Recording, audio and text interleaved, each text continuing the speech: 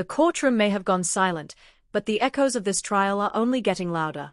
Just moments ago, the high-profile case against Sean Diddy Combs officially came to a close, but what happened in those final moments left everyone stunned. A sealed file was handed over, a key witness disappeared, and murmurs of a new investigation are already surfacing. The verdict may be in, but the story is far from over. The sun had barely risen, but the street outside the federal courthouse was already buzzing like a live wire. Dozens of cameras pointed toward the building's entrance, their operators huddled in clusters, whispering theories and adjusting lenses. Journalists flitted between news vans and barricades, pens poised and microphones live. Every square inch of sidewalk space was claimed by either protesters, supporters, or opportunists selling bootleg t-shirts with phrases like "Free Diddy" and "Justice over Fame." Helicopters hovered above like vultures over a battlefield, feeding aerial footage to national broadcasts. For weeks, the Diddy trial had consumed headlines.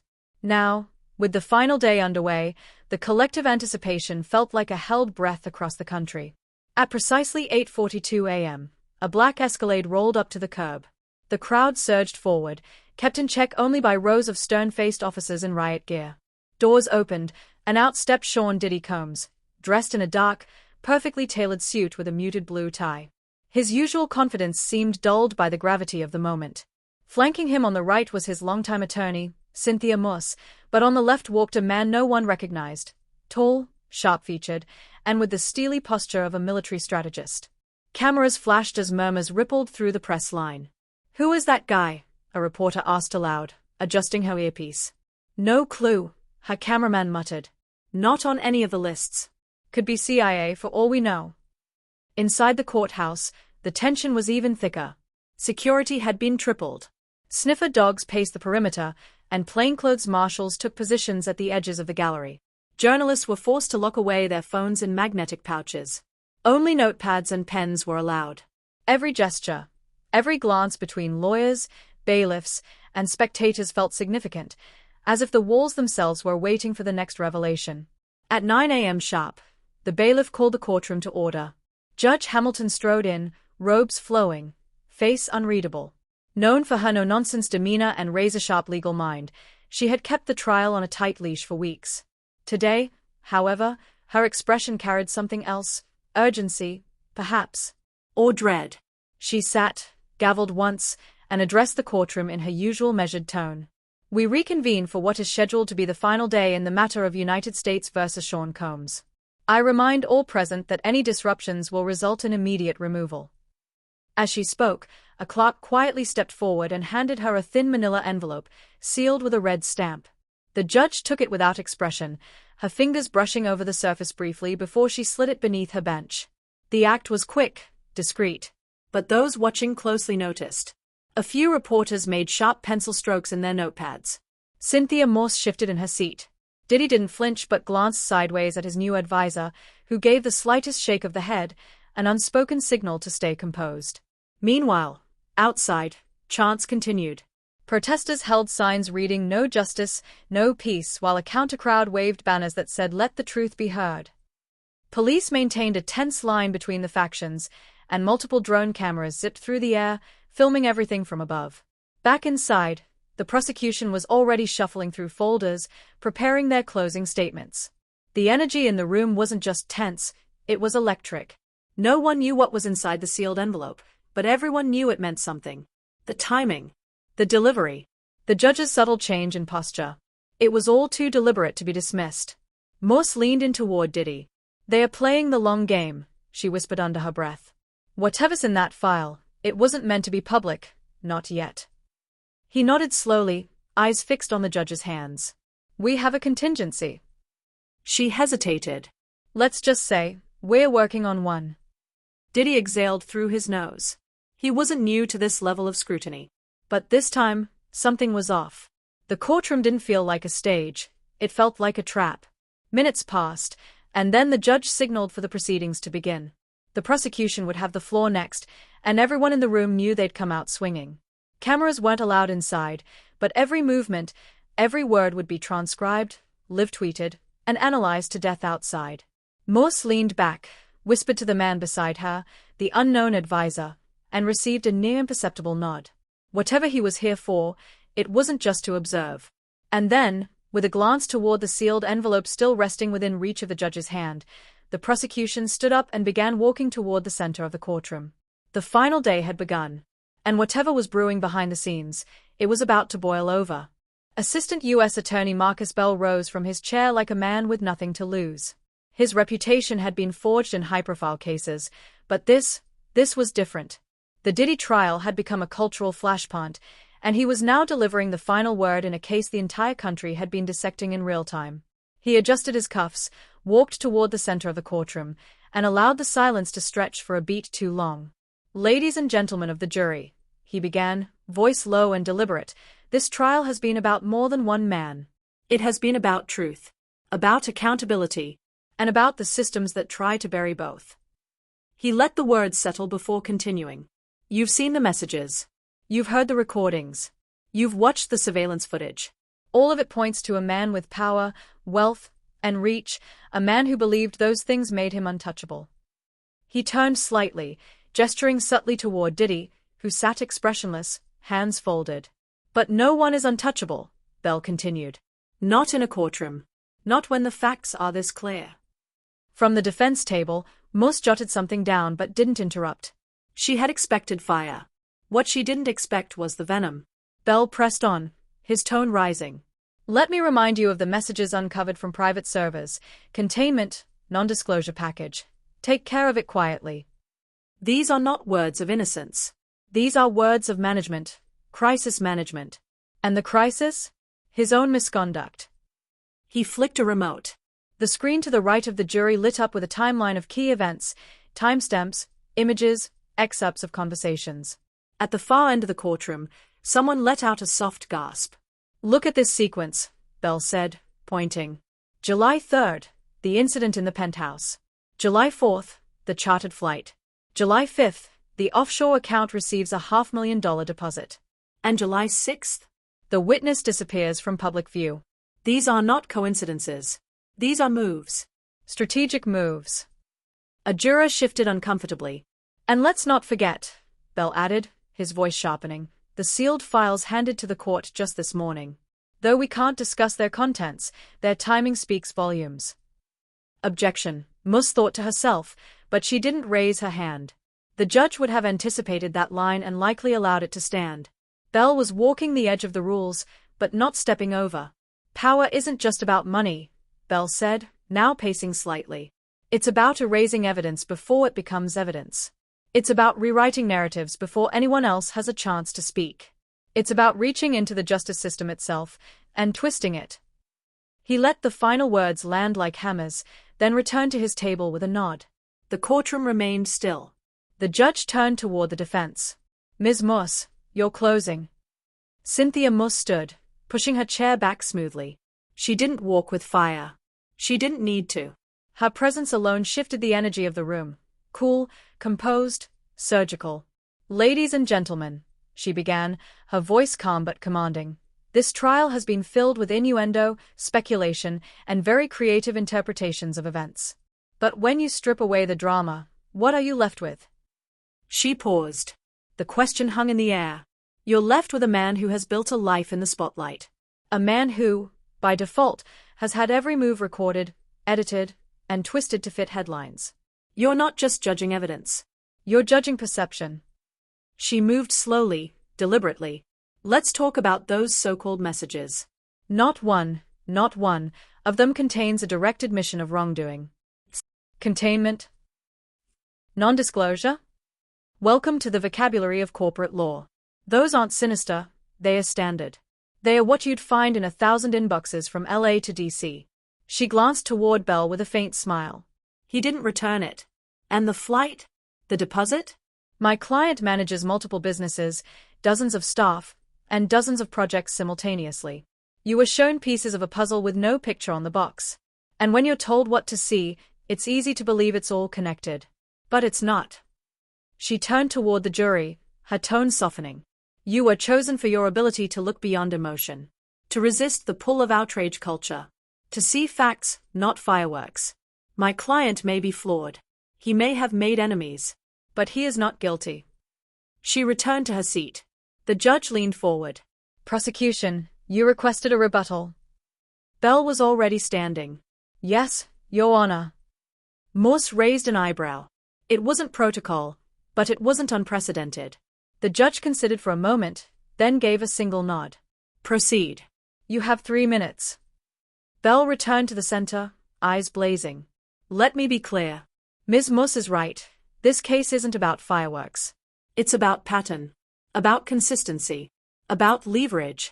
And the truth is, you don't need a confession to see a strategy of suppression unfold in real time. He pointed again to the board. A new image appeared, blurred screenshots with visible metadata. This footage, he said, was part of the final drop from our forensic team. It shows a meeting in Monaco, a man leaving the hotel through a back entrance with a USB drive. That man is on the witness list. He never showed up. That's not perception. That's evasion. Several jurors shifted again. Bell nodded once, then Saturday. The judge signaled the jury. You'll now be escorted for deliberation.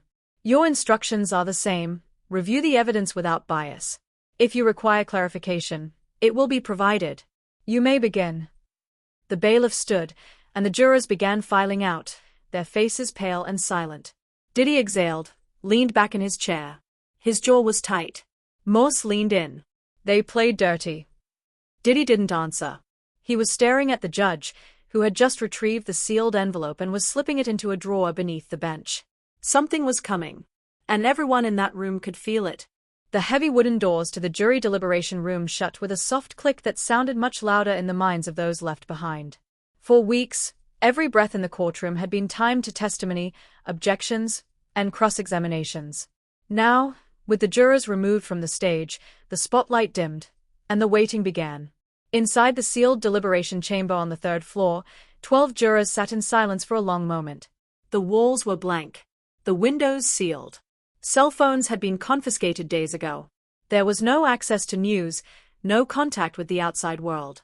Just a long rectangular table, padded chairs, and a pitcher of lukewarm water. 4-person juror number 6, a retired librarian named Melanie Keene, cleared her throat. I suppose we start with the obvious question, she said, lifting a copy of the jury instructions. Guilty or not guilty? A younger juror, number 11, Trevor, a quiet graphic designer, chuckled nervously. You make it sound so simple. Melanie folded her hands. It's not. But we have to begin somewhere. Deliberations began with a review of the timeline. They laid out a printed schedule on the table, taped from one end to the other. As they spoke, patterns emerged. Dates. Transfers. Witness disappearances. Still, there were gaps. Places where assumptions filled in for facts. We can't convict on speculation, juror number 4, an older man named David, insisted. There's no direct proof he gave the order. No footage. No confession. But come on, juror number 2, a young woman named Sasha, countered. Everything points to him. The flight logs.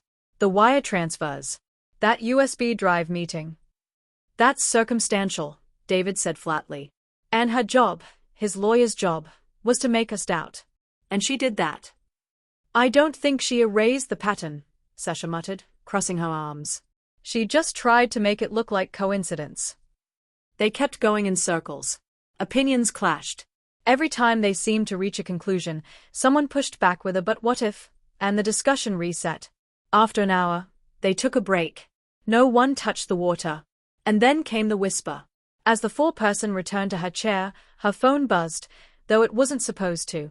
It had been turned in, or so she thought. But this wasn't hers. Someone had slipped a prepaid burner into her bag during recess. The message was short. We're not done. Review the sealed evidence. Ask the judge. Trust your gut. Melanie froze, then looked around.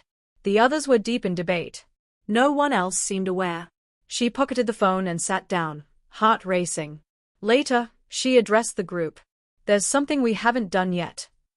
David groaned. We've done everything. No.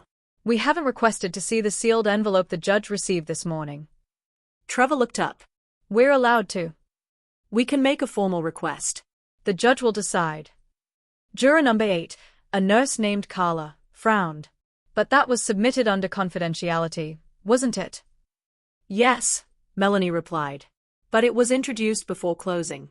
That means it may technically be reviewable under our deliberative rights. They debated for 20 minutes more, then voted. 8 out of 12 were in favor of submitting the request. The rest abstained. The bailiff returned at their knock. Would like to formally ask the judge to review the contents of the sealed file delivered this morning, Melanie said, her voice steady. The bailiff raised an eyebrow, but nodded. I'll relay the request. Outside the deliberation room, news of the unusual request spread like wildfire. Inside the courtroom, Judge Hamilton was handed the note, read it once, and then again. Her brow furrowed. The court reconvened unexpectedly at 2:34 p.m. The media hadn't even returned from lunch. Judge Hamilton addressed the room with terse formality. At the jury's request, I am considering a review of sealed material introduced earlier today.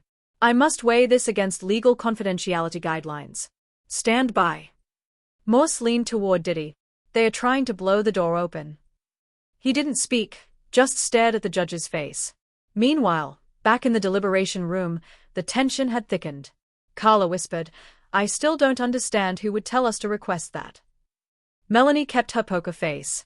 Just following our rights as jurors. But her eyes betrayed her, just for a second. That burner phone. That message. And now, the door to something bigger had cracked open.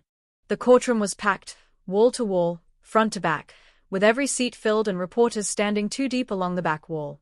A buzz of anticipation spread like static electricity across the gallery. Word had spread fast. The jury had reached a verdict. And Judge Hamilton's unexpected recall of the courtroom just an hour earlier had only intensified the speculation.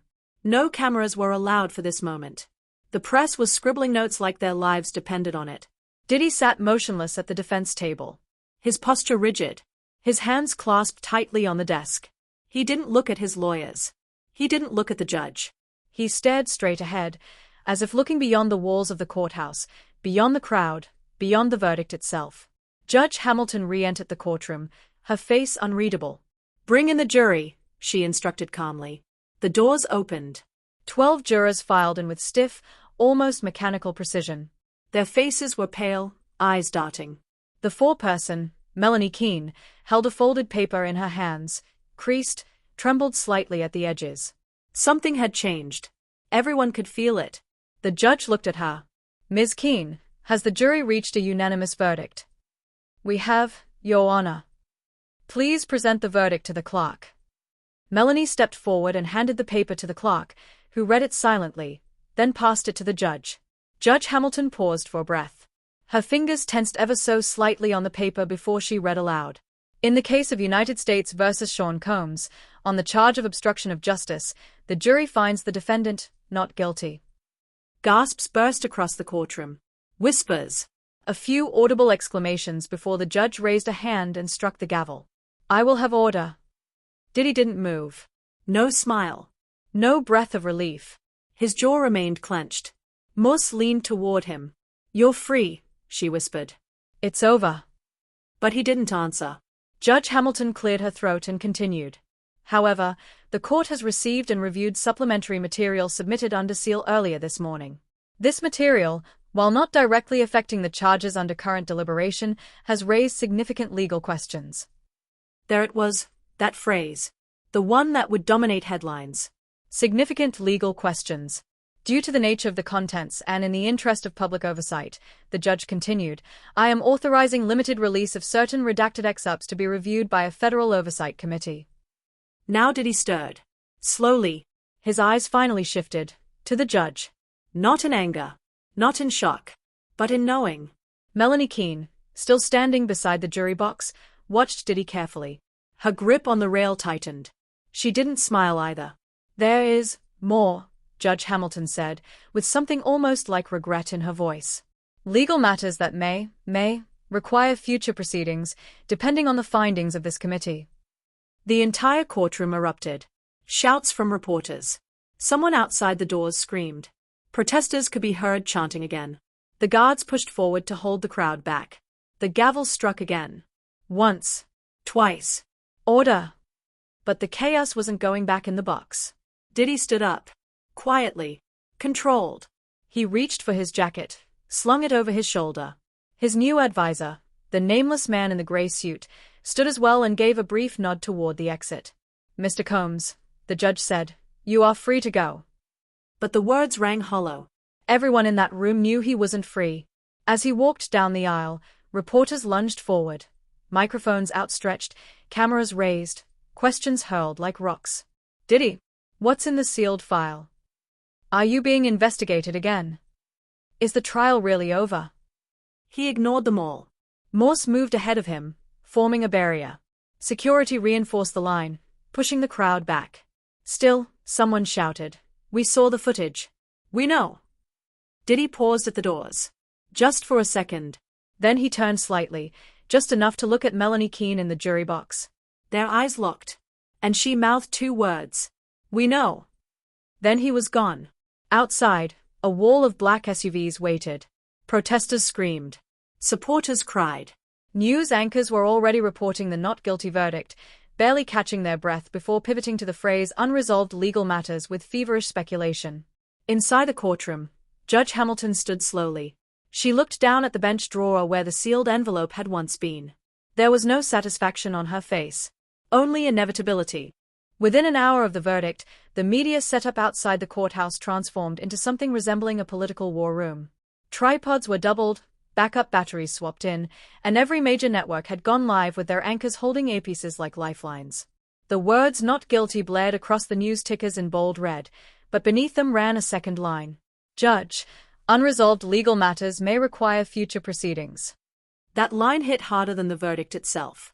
By 4:15 p.m., a black podium appeared outside the side entrance to the courthouse, cordoned off by temporary fencing. Microphones sprouted from it like antennae. Journalists shoved for position. Cameramen clambered onto crates. Protesters on both sides gathered like clashing waves on either end of the lot. Then, just after 4:30, Diddy stepped up to the podium. The sun was beginning to dip, casting gold across his suit and the dark sunglasses now covering his eyes. He was flanked by Cynthia Moss and the unnamed advisor, still silent, still unreadable. Behind them stood two private security guards, arms crossed, eyes scanning. Cynthia took the mic first. "Thank you all for being here," she began, her voice even but sharp. "Today, justice was served. Mr. Combs has been found not guilty by a jury of his peers. The prosecution built a case on fragments, speculation, and innuendo. And they lost." She paused, letting the words echo. "However," she continued, "we are aware of the judge's statements regarding so-called unresolved legal matters. Let me be clear. These allegations are politically motivated, federally manipulated, and intentionally designed to discredit a successful black man who has built his legacy without the permission of powerful institutions." There were murmurs from the press pool. Pens moved faster. She turned to Diddy, nodding once. "Mr. Combs will now speak." "He will not be taking questions." Diddy stepped forward. He leaned into the mic slowly, hands on either side of the podium. "I didn't want to speak today," he said. "But I know some of y'all came here expecting answers. And I'm here to tell you, you're not gonna get them the way you think." A few reporters chuckled, unsure if it was defiance or surrender. "For months, I've been sitting in silence while people built stories out of shadows. While they pulled old ghosts out of closets I didn't even know existed. I've watched networks dissect my life like a science experiment, like I wasn't human." He paused. "I've made mistakes. I've owned that. But what's happening here?" He jabbed a finger toward the courthouse behind him. "This isn't justice. This is theater. This is a machine trying to eat me alive because I didn't play by their rules." Reporters began shouting over each other. "Mr. Combs, what about the sealed? Is it true you're facing? Did you interfere with?" The security guards stepped forward, raising their hands. "No questions." Moss barked. He said no questions. But the floodgates had opened. A reporter from a fringe digital outlet broke the barrier, holding up a printed photo in one hand. "Mr. Combs, is this you in Monaco handing off a USB drive to a federal employee?" Gasps echoed. Diddy turned his head slightly, slowly. The photo was grainy but damning. Two men, back alley, dim lighting. One bore a striking resemblance to Diddy. The other had since been identified as a now-missing federal witness. Security surged forward. Cameras snapped. Voices rose. "That photo is doctored." Morse yelled, slamming her hand on the podium. This is misinformation, deliberate and criminally actionable. But the scene had already devolved. Another reporter shouted, "We've seen the metadata. The file was real. You were there." A protester threw a plastic bottle. Someone screamed. Diddy's bodyguards grabbed him, pulled him back from the podium. The live stream from 3 major networks went dead simultaneously, feed cut without explanation. Moments later, cell phone footage filled the void online. Angles from the crowd captured the chaos as it unfolded. The accusations, the explosive photo, the panic. Within minutes, #DiddyUSB was trending on every platform. Meanwhile, in a quiet alley 3 blocks away, a courier handed an envelope to a woman in a trench coat. She opened it just enough to see what was inside. Another photo. Another set of coordinates. A name scribbled at the bottom. K. Harding, next witness. Status, compromised. Back at the courthouse, Diddy was rushed into the SUV. Morse followed, still yelling into her phone. The gray-suited advisor slid in without a word. Inside the vehicle, silence. Diddy took off his sunglasses. His eyes were red, not from tears, but exhaustion. Weariness. "They're not going to stop," he said quietly. "No," the advisor replied. "They are not." Morse turned to them. "We need to get ahead of this. Right now. Before they dig further." "They've already dug," Diddy muttered. "They just haven't hit the bone yet." Behind them, the courthouse press area looked like a crime scene. Scattered cameras, spilled water bottles, shattered egos. The media had gotten what they came for. But they didn't understand it. Not yet. This wasn't over. It was only escalating. The next morning, headlines screamed across the internet like alarms. Press conference chaos. Diddy confronted with shocking photo. #DiddyUSB footage goes viral. Livestream cut raises eyebrows. Witness tampering allegations surface as trial fallout grows. But amid the noise, buried under the swirl of media hysteria, a far more chilling discovery quietly began to unfold, one the public wouldn't fully grasp for another 24 hours. A name began circulating on encrypted forums and in whispers within legal circles: Keith Harding. Officially, Keith Harding was a protected witness who had been scheduled to testify during the 3rd week of the Diddy trial. Unofficially, he was the missing piece, an alleged whistleblower who had direct communication logs, financial records, and voice memos linking Diddy to at least 3 suppressed investigations. His testimony had been promised, then postponed, then mysteriously removed from the court calendar altogether. At the time, the explanation given was unforeseen complications with transportation. But that wasn't true. Not even close. By Thursday morning, Harding's name resurfaced again, this time in a leaked internal memo from the Department of Justice that simply read: Harding, moved to emergency relocation. Status, unknown. Protection level, red. Red was the highest classification, reserved for witnesses at risk of assassination, blackmail, or coordinated abduction. And it usually meant one thing: someone powerful wanted them gone. Inside a gray concrete building in D.C., 2 federal agents stood in front of a giant monitor watching frame-by-frame footage of a secure witness facility in Virginia, specifically, the last known images of Harding. In the video, Harding, mid-40s, buzzed hair, glasses, steps out into the facility's back garden with a folder tucked under his arm. He's wearing a government-issued windbreaker. The timestamp reads 9:48 a.m. 2 minutes later, he disappears behind a tree on the perimeter fence. The next camera, meant to pick up the blind spot, shows nothing. A glitch. Static. Then nothing but empty lawn. He never reappeared. FBI officials confirmed to internal staff that Harding was missing, but they issued no public statement. When pressed by the media later that day, their response was simple and practiced: "We do not comment on the status of individuals in the Witness Protection Program." But that didn't stop the story from unraveling. That night, a grainy video surfaced on a peer-to-peer server frequented by whistleblowers and black-hat journalists. It showed a man, dirty, disheveled, clearly on the run, standing in a dimly lit basement or storage facility. He looked directly into the camera. His voice was panicked, ragged, but clear. "My name is Keith Harding. I was supposed to testify in the trial of Sean Combs. They tried to relocate me, but it was a trap. I escaped. They are tracking me. I don't know how long I have." He held up a flash drive. "This has everything. Voice recordings, emails, signed documents. If something happens to me, Get this to the Oversight Committee. Diddy's team. They weren't just trying to silence me. They were working with people inside the system. High up. This goes beyond him. Then the screen cut to black. Within minutes, the video spread to Telegram groups, Reddit, Twitter clones, and eventually made it to YouTube before being taken down. By midnight, the phrase "missing witness speaks" was trending worldwide. Back in Los Angeles, Moss was on a call with a private cyberforensics firm when the story hit the wires. "Tell me it's fake," she snapped. "It's not," the technician said. "We ran a deep trace. Facial recognition puts it at 97.4% certainty. That's Harding." Where was the video posted from? Hard to say. It was bounced off a dozen proxy chains. Origin IP pings from somewhere in the Midwest. Could be anywhere. Diddy sat across from her in the penthouse suite of the El Antoine Hotel, scrolling through the video on mute. His face didn't move. He simply pressed play, watched the man speak again, and exhaled through his nose. "They are going to use this," he muttered. "Spin it. Reopen everything." Moss was already 3 steps ahead. "We need to preempt it. Public statement. Call for an independent investigation into the witness protection leak. Turn it on the feds." He looked up at her. "You really think they'll believe I want this investigated?" She hesitated. "No," she admitted. "But they might believe you've got nothing left to hide." Meanwhile, in Washington, a quiet war was breaking out behind closed doors.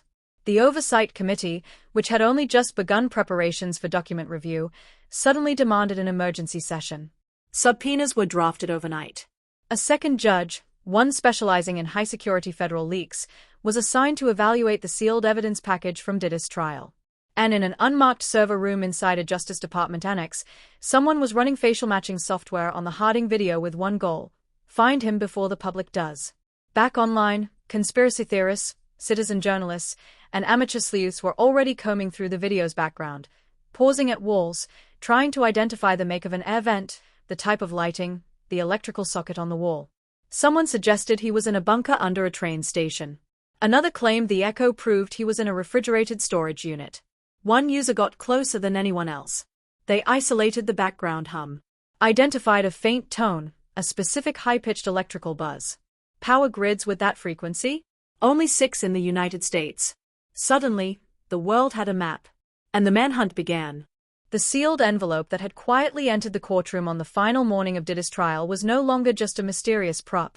It had become the centerpiece of a spiraling national controversy. Judge Hamilton's carefully worded statement about significant legal questions had done exactly what she feared, sparked a digital inferno.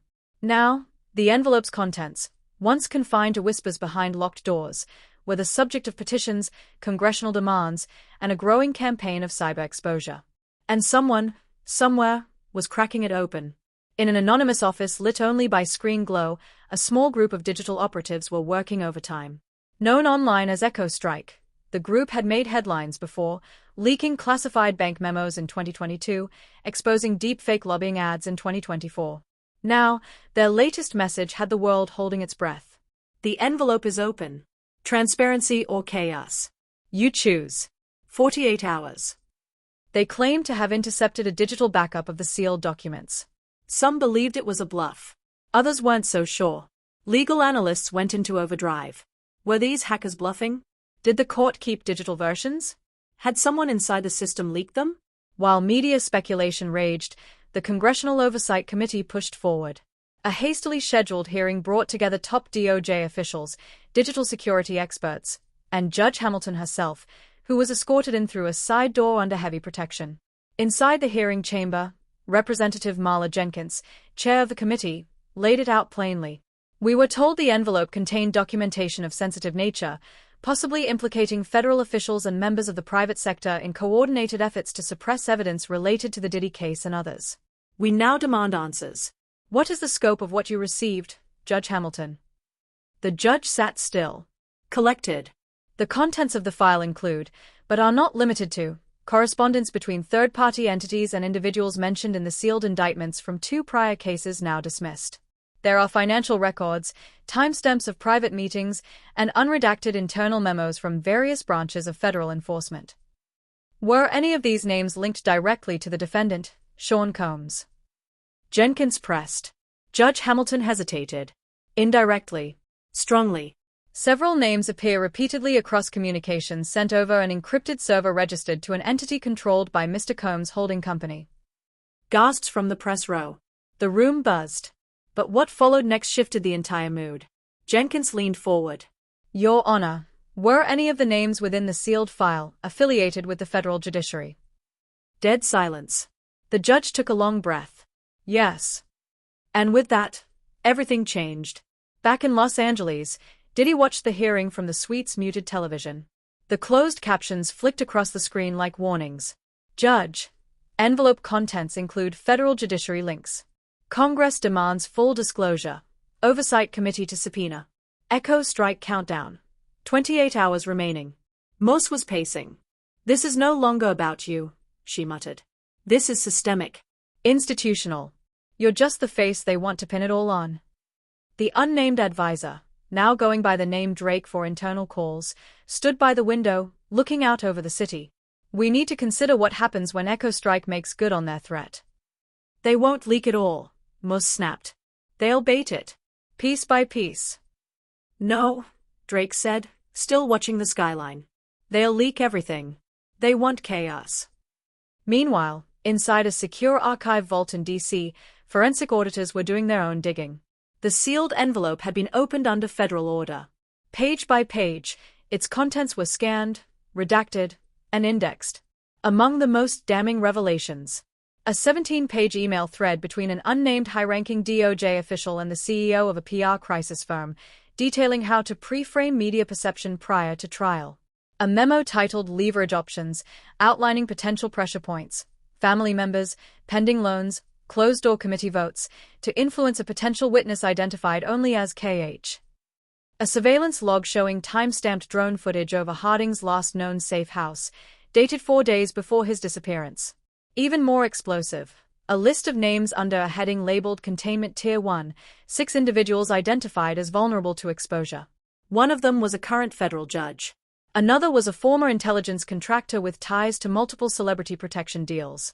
And buried near the bottom, an invoice for a data wiping service rendered to Orion Corp., a tech firm recently linked to Black Ops media suppression.